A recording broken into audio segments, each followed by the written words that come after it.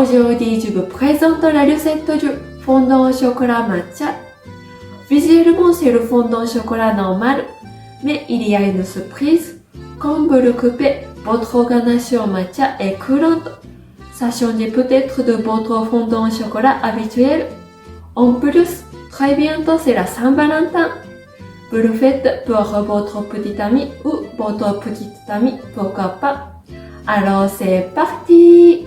Il faut 150 g de chocolat noir, 150 g de beurre, toise, 5 g de matcha, 60 g de farine, 60 g de sucre, 60 g de crème fraîche et 90 g de chocolat blanc.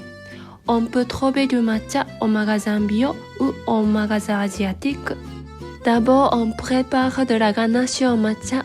Ça prend du temps pour la préparer, il vaut mieux de la faire la veille. On verse la moitié de crème fraîche sur le matcha. On le mélange bien.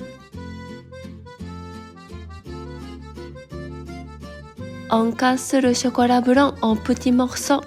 On verse le reste de crème fraîche. On fait fondre le chocolat au bain-marie. Quand il est fondu, on met le matcha avec la crème fraîche. On le mélange bien. On le met dans un récipient et on le laisse refroidir au congélateur pendant au moins 6 heures. Il ne devient pas complètement dur, même si on le met au congélateur. Ensuite, on prépare le fondant au chocolat. On met le beurre dans une casserole. On casse le chocolat noir en petits morceaux. On les fait fondre au bain-marie. On met le sucre dans les œufs. On les mélange bien. On verse le chocolat avec le beurre en mélangeant. On le mélange encore. Et après, on met la farine en la tamisant. On la mélange délicatement.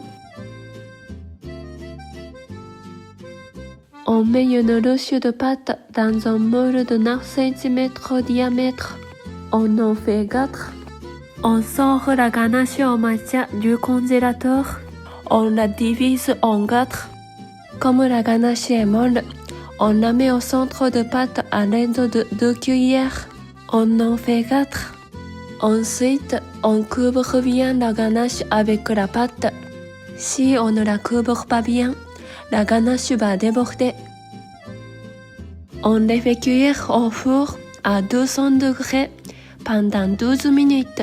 Voilà, c'est prêt. Merci beaucoup d'avoir regardé ma vidéo. J'espère que vous l'avez aimé et que vous allez le faire. Si votre fondant au chocolat devient froid, vous le faites réchauffer au micro-ondes. Personnellement, le froid aussi est bon. Voilà. Si vous avez aimé ma chaîne, n'hésitez pas à la partager à vos amis. Je serai très contente. Merci beaucoup. À bientôt.